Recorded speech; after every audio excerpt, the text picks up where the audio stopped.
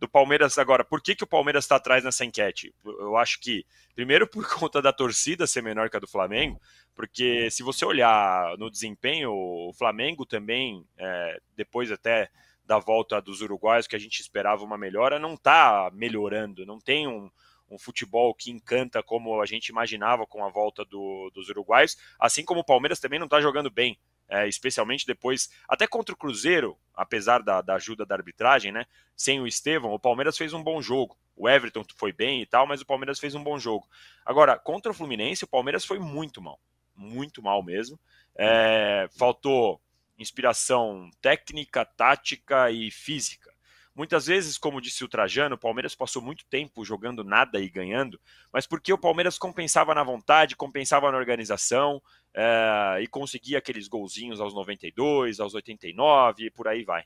Dessa vez o Palmeiras contra o Fluminense foi muito mal e não, assim, você olhava para aquele jogo e falava, não tem como sair nada daí, porque o Palmeiras estava errando tudo, estava errando na forma de se organizar no jogo, estava errando na forma de correr. O Palmeiras teve, acho que uma chance de chutar no gol e mais nada. Foi um jogo muito ruim mesmo do Palmeiras. E eu acho que essa questão do Abel, de ele mudar um pouco do time, de mandar o time marcar mais lá em cima e tal, eu não acho que ele vai manter essa mesma organização, esse mesmo esquema tático para toda a maratona. Primeiro pela questão física, que é a mais óbvia, porque não tem como você conseguir ficar 90 minutos marcando do jeito que o Palmeiras tem feito nas últimas partidas. E segundo pelo estilo de jogo dos adversários, eu acho que ele vai mudar. Ainda que a ausência do Júnior Santos ajude o Palmeiras a marcar dessa forma na Libertadores, ainda falta um pouquinho. Contra o Flamengo é outro estilo de jogo e tal, eu acho que o Palmeiras vai mudar de acordo com o adversário, não radicalmente, porque o Palmeiras não faz uma mudança radical, mas ele faz alguns ajustes de acordo com o adversário, eu acho que isso vai acontecer. Agora, o Palmeiras merece a desconfiança diante do último jogo contra o Fluminense, porque foi realmente assustador. E o Fluminense tá muito mal, né? Então, não é que foi e jogou mal contra um adversário direto ou algo assim, não, jogou muito mal.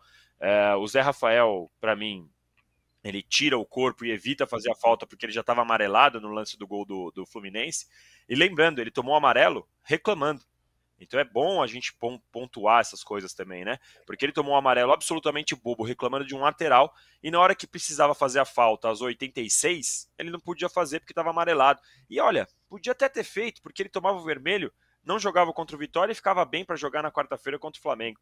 Enfim, o Palmeiras foi muito mal, já sem o Abel também na beira do gramado, porque estava suspenso de novo. Isso que eu ia perguntar, Daniel. Isso que eu ia perguntar. A falta que faz o treinador, tanto o Zubeldia no jogo do São Paulo, como o Abel, né? Ou então eles não têm importância alguma.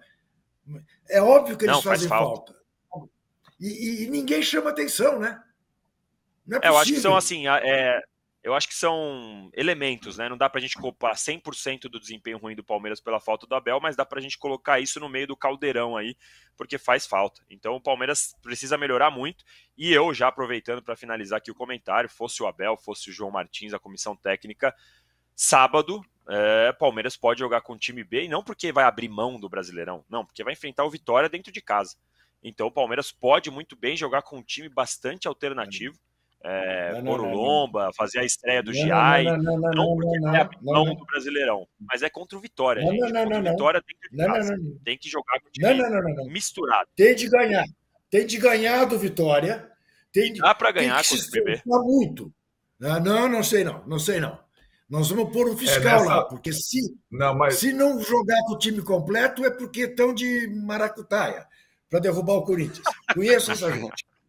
Não, mas nessa briga, né, os três poderosos jogam em casa a primeira rodada do segundo turno. O Mauro já falou, o Flamengo pegou o Atlético Goianiense, que é o Lanterna, o Palmeiras pegou o Vitória, e o Botafogo pegou o Cruzeiro, que está em ascensão. Então o Botafogo tem um dilema bem maior aí, né, nessa primeira rodada do segundo turno.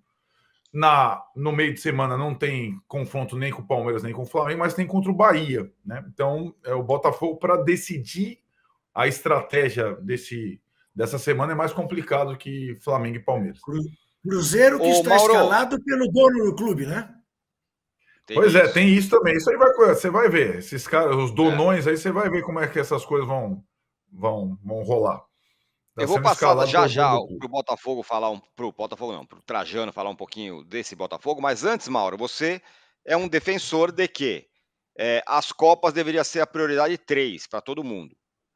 Só que o Flamengo e o Palmeiras, eles têm uma situação favorável. Eles enfrentam times, em tese, fracos dentro das suas casas, né? O Flamengo, o Atlético Goianiense, o Palmeiras e o Vitória. A pergunta é, neste caso, deveria poupar e aí focar no jogo Palmeiras e Flamengo, que vai ser jogo grande? Eu acho que não, acho que deveria se preocupar com a semana, né? O Palmeiras tem o Internacional em Porto Alegre no outro final de semana e o Flamengo tem o São Paulo no Morumbi. Ou seja, os dois têm jogos fora de casa. O Inter precisa agora começar a vencer no campeonato para justificar todo o investimento da temporada, só resta o brasileiro. Tende a ficar cada vez mais difícil jogar contra o Inter, vai ter mais tempo para treinar em semanas sem jogos de quarta-feira, quinta-feira, né? O que até vai acontecer, porque tem 5 jogos a menos, né? Em relação às equipes que fecharam o primeiro turno, tem só 14 partidas disputadas. Mas acho que pensando no geral, não especificamente na quarta-feira. Acho que pensando no geral, os jogos do final de semana são super importantes, tanto para o Palmeiras quanto para o Flamengo. E a sequência do mês. Você tem que pensar no mês inteiro, não é só na quarta. Tem quarta, tem um domingo, aí na outra semana tem outra quarta de Copa do Brasil, depois tem outro domingo de Brasileiro, aí vem a Libertadores, 2 jogos com o Botafogo para o Palmeiras, 2 jogos com o Bolívar, um na altitude para o Flamengo. Ou seja, tem que pensar no geral. Até o dia 1º aí de setembro, esses times vão ter partidas, em sua maioria, difíceis. Não tem muitos jogos aí com adversários considerados mais fracos. Acho que é por isso que deveria pensar. Acúmulo, desgaste, o jogador que precisa de uma pausa, dar essa pausa, que é a oportunidade. E depois você tenta administrar isso aí. Eu não defendo que coloque reservas na Copa do Brasil, mas que não dê prioridade. Ou seja, se eu tenho um jogador que eu só posso colocar em uma partida, quarta ou domingo. Eu ponho domingo no Brasileiro, não ponho na quarta. Mas se for eliminado pelo Palmeiras, ou for eliminado pela paciência, é a Copa, é menos importante. Simples assim, como se faz no mundo civilizado, né, do futebol, onde o VAR funciona minimamente e onde tem o fair play financeiro. Aliás, vocês viram o Bordeaux? Bordeaux virou time amador, faliu. Campeão francês, time de Champions League, time do Zidane. Faliu, acabou. Virou um time de várzea, um time pequeno, porque está endividado, gastou mais do que arrecadava, né? Onde tem fair play financeiro é assim, ou os caras andam na linha, ou acontecem coisas do gênero. Rapaz, é verdade, tem essa história do Bordeaux assustadora. Ô, Trajano, vinho, você né? teve O Bordeaux virou só vinho agora. Virou só vinho. O vinho é bom. Trajano, você teve um representante lá ao vivo no Morumbi, gostou do que viu, um grande jogo, São Paulo e Botafogo, e foi um jogão lá mesmo, né? E com o Botafogo, esse aí, como é que fala? O intruso entre os dois, como eu sempre falo, né? Tem o Flamengo, tem o Palmeiras. E agora tem o Botafogo intruso que jogou bem. Bom jogo, foi um jogo legal, né? Não, foi legal e meio surpreendente, porque com 10 minutos de jogo, sei lá, um pouquinho de minutos, já tinha pênalti para cá, pênalti para lá. Então, depois que teve um pênalti para cá, outro pênalti para lá, a expectativa em torno do jogo cresceu mais ainda. Eu estava preocupado com o jogo, com a qualidade do jogo, pelos desfalques do Botafogo, né? Mas foi legal, o Botafogo encarou o São Paulo. Destaque para a torcida do São Paulo, que tem prestigiado, lotado o Morumbi, e empurra o time e tal. Achei que não foi pênalti, né, no Ferreirinha. Mas legal, foi um jogo de times que estão lutando lá em cima e tal. Mas eu queria fazer 2 registros aqui, que não podem passar batidos, porque o futebol tem nos apresentado coisas inacreditáveis. E discussões também que não tem sentido nenhum. Às vezes tem, por exemplo, o pênalti a favor do Flamengo, que foi pênalti, mas as pessoas acham que não devia ter sido marcado. Todo mundo sabe que você chutou de propósito. Bom, eu quero comentar aquele jogador do Atlético Goianiense que tirou a camisa achando que o jogo tinha terminado. É isso, é outra coisa de arbitragem. Inacreditável. Tirou a camisa achando que o jogo tinha terminado e ganha cartão vermelho. Isso é inédito. E a outra coisa, que ocorreu lá na Olimpíada, no primeiro dia de jogos do futebol da Olimpíada, no jogo da Argentina com o Marrocos. Aliás, uma grande jogada desse jogador, que é do Botafogo, vai reforçar muito o Botafogo, ele vem driblando todo mundo, ciscando e tal, papai deu origem ao gol. Todo mundo foi embora para o vestiário, o campo é invadido, aí não sei quanto tempo depois voltam para o campo. Eu não confesso que eu nunca vi coisa igual. Isso poderia ter ocorrido, o Juca vai lembrar bem, porque o Juca vamos dizer, o mais tarimbado, o mais vivido de todos nós, naquela disputa de pênalti Portuguesa e Santos, que os times, o Otto Glória mandou o time da Portuguesa correr para o vestiário, entrar no ônibus e ir embora. Só faltava o Armando Max exigir que o pessoal saísse do ônibus, do vestiário, e voltasse para o campo para continuar a cobrança de pênalti. Mas o pessoal ia embora, vai para o vestiário, e de repente chama todo mundo de volta para continuar o jogo. Isso é inédito na história do futebol. Pode ter acontecido. Mas tem uma avacalhação, né, acontecendo, e que a Conmebol deu o exemplo, né? Aquele show no intervalo da final da Sul-Americana, de 27 minutos, né, quando a regra manda 15. Ontem, em Itaquera, o intervalo foi de 18 minutos, porque tinha que apresentar o novo patrocinador. Está virando Casa da Mãe Joana. Casa da Mãe Joana. Eu pensei que fosse a qualidade do show em Itaquera, né? Porque a outra teve um show da Shakira. No Itaquera, confesso a você que eu não sei que show que teria havido, mas vamos em frente. Não foi show nenhum, foi a apresentação do patrocinador, Zé. Não, beleza. Agora, só concluindo, o Botafogo, que a torcida do Botafogo, eu converso com alguns botafoguenses, são muitos, né? Eles estão muito apreensivos, primeiro com essas duas contusões seríssimas de jogadores importantes. Em relação à referência deles, é o ano passado. Não tem que ser, fazer o quê? Que o time teve tudo na mão e perdeu, né? Então, eles estão confiantes, achando que o time melhorou, que o técnico é legal, que a campanha está muito boa, mas estão preocupados para chuchu. Bom, se repita o que aconteceu no ano passado. Eu também estaria. Vou passar a bola para o Arnaldo para falar um pouco do jogo também, mas só...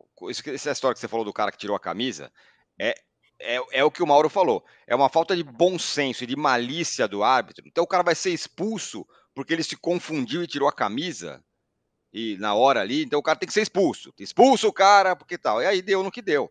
Teve aquela polícia lá fantasiada de Star Wars, teve que entrar em campo para salvar o juiz. Negócio constrangedor. Inacreditável. Se ele não expulsa, o que o chefe dele fala? Essa é a minha dúvida, pois sinceramente. Então o chefe dele também não tem nenhum... Essa coisa do Zé Regrinha. Quanto mais a gente pega no livro para justificar uma intervenção da arbitragem, normalmente pior é a arbitragem. A arbitragem é a arte de mediar. Exato, a arte de mediar jogos, não de decidir jogos, né? E no Brasil é o contrário, a arbitragem decide jogos. Intervenção toda hora. Não, só um parênteses. Você falou uma coisa interessante. Antigamente, alguns chamavam o árbitro, o juiz, de mediador. Você lembra disso? Mediador. A principal. É a função do árbitro, mas aqui é o interventor, né? Lembrando outros tempos. Bom, Arnaldo, o São Paulo empatou, foi um jogo legal e tudo mais. A torcida até gostou do que viu lá. E o São Paulo é meio que o patinho feio dessa turma aí, né? Do Botafogo, Palmeiras, Flamengo. Aí tem o São Paulo ali tentando entrar nesse grupo do G4. Sem o Zubeldia, que não estava no campo de novo, suspenso. E agora com um dilema sobre o que fazer no fim de semana, né? Porque tem jogo contra o Fortaleza, mas depois tem jogo contra o Goiás, poupa, não poupa. Pois o Fortaleza... O Campeonato do São Paulo, por enquanto, tem sido contra Fortaleza, Cruzeiro, Atlético Paranaense. É o campeonato do quarto lugar, da quarta força, né? O São Paulo não me parece ter time para brigar pelo título brasileiro. A diferença dos outros anos recentes, Tironi, é que ele termina o primeiro turno lá, pelo menos entre os 6. Nos outros anos, ele já estava lá embaixo no brasileiro, sem grande preocupação com o rebaixamento, mas estava lá embaixo. E aí fica mais fácil tomar a decisão de priorizar as Copas. O Mauro falou, né? As Copas, sobretudo a do Brasil, deveriam ser a Copa do Brasil, o terceiro torneio em hierarquia. Para o São Paulo, até ano passado, muitas vezes foi o primeiro, porque o São Paulo nunca tinha vencido. Agora o São Paulo já venceu a Copa do Brasil. O que fazer nessa semana? E com tudo em Fortaleza e arriscar o jogo do Goiás, que é na terça-feira, não é nem na quarta, é na terça-feira. Ou o contrário, preservar em Fortaleza, arriscar o Fortaleza abrir mais pontos em relação ao São Paulo e priorizar a Copa do Brasil. Lembrando que o Fortaleza não está na Copa do Brasil, já foi eliminado, né? Então, essa é uma questão nova por uma comissão técnica nova que vem nos últimos jogos, nessa maratona do brasileiro, insistindo sempre na mesma equipe, fazendo pouco rodízio. Então, o São Paulo vai a Fortaleza nesta tarde de sexta-feira e a gente ainda. O que a gente sabe, o Lucas está suspenso, o principal jogador. Aí você fala, pô, o Lucas está suspenso, ele vai descansar porque ele tomou o terceiro cartão amarelo. Mas os outros, se ele vai utilizar a força máxima, eu acho que a decisão do Zubeldia sobre Fortaleza vai dar o tom da priorização do São Paulo daqui para frente. É como o Mauro falou, esses 10 times da frente tripla, eles têm nesse mês de agosto que tomar decisões. Depois desse mês de agosto, serão no máximo, dá para fazer essa conta, no máximo, 4 times brasileiros em 3 frentes, porque tem os confrontos diretos entre eles nas Copas. Então, a partir de setembro, essa maratona vai rolar no máximo para 4 times. Pode ser que o São Paulo esteja entre eles, porque o São Paulo pega o Goiás na Copa do Brasil, o Nacional de Montevidéu, que, aliás, vem reagindo bastante no Campeonato Uruguaio, na Libertadores. Mas não me parece, de novo, ser um time, um elenco, ainda mais com poucos reforços, capaz de acompanhar a atuada de Flamengo, Botafogo e Palmeiras. No caso do... Vou fazer a mesma pergunta para o Mauro. No caso do São Paulo, que não tem exatamente chances no Brasileiro, aí sim deveria priorizar para ir para as Copas, Mauro? Faz sentido, né? Faz sentido. Aí vai da possibilidade de cada time na temporada. Então, o São Paulo tem a Libertadores. Talvez para o São Paulo seja mais interessante ele investir nas Copas. Agora, do caso de Palmeiras e Flamengo, que foi o que nós falamos há pouco, eu acho que não. Acho que eles têm que brigar pelo título brasileiro de forma prioritária. Mas é aquela coisa, quem vai ter coragem de fazer isso? Qual dirigente que vai ter coragem de assumir isso? Olha, a nossa prioridade é essa aqui, acabou e tchau. Então, tem essa coisa da cultura do mata-mata. Tem jornalista que até hoje discute a volta do mata-mata. Jornalista. Quer dizer, pô, aí é difícil. Quer dizer, no Brasil, a gente nunca vai se livrar disso totalmente. Daqui a pouco vai ter... Como é que nós estamos aí de likes, hein, âncora? Boa pergunta. Vamos lá saber agora. A gente tinha falado 5 mil, aí 4.300. Tá vendo só? Tá vendo só? Precisa de um pouco mais, buscar, né?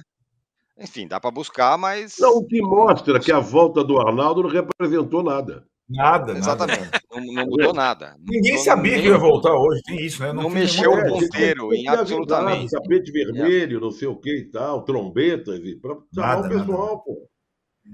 Que o Jornal Nacional estourou ontem, porque estava programado que a última notícia seria a volta de Arnaldo, mas não deu. Estourou a grade. Exatamente. Aliás, o Juca, hoje é dia do Juca dar o ratão, o gatão, aquela coisa toda. E eu estou na expectativa que ele lembre de um fato acontecido. Bom, vamos ver na hora que a gente discute. Deixa eu aproveitar e dar uma informação aqui, ó. Está aqui no UOL. Zico é furtado em Paris, tem prejuízo de 3 milhões. O jogador do Zico foi alvo de furto em Paris na noite da última quinta-feira. Teve prejuízo estimado em 3 milhões. Informação é do jornal francês Le Parisien. Zico foi furtado saindo de seu hotel, após ter colocado uma pasta no banco de trás de um táxi. De acordo com o jornal francês, uma pessoa distraiu o motorista e a outra aproveitou a oportunidade para pegar o objeto. Ninguém teria visto o crime. A pasta continha um relógio Rolex, um colar de diamantes e dinheiro em espécie, sendo 2 mil euros e 2 mil dólares em notas. Rapaz, 3 milhões de prejuízo. Mas então, eu tô estranhando. Quanto custa esse relógio e esse colar? Não é possível. 3 milhões. Liga pro Bolsonaro que talvez ele saiba o preço desse colar.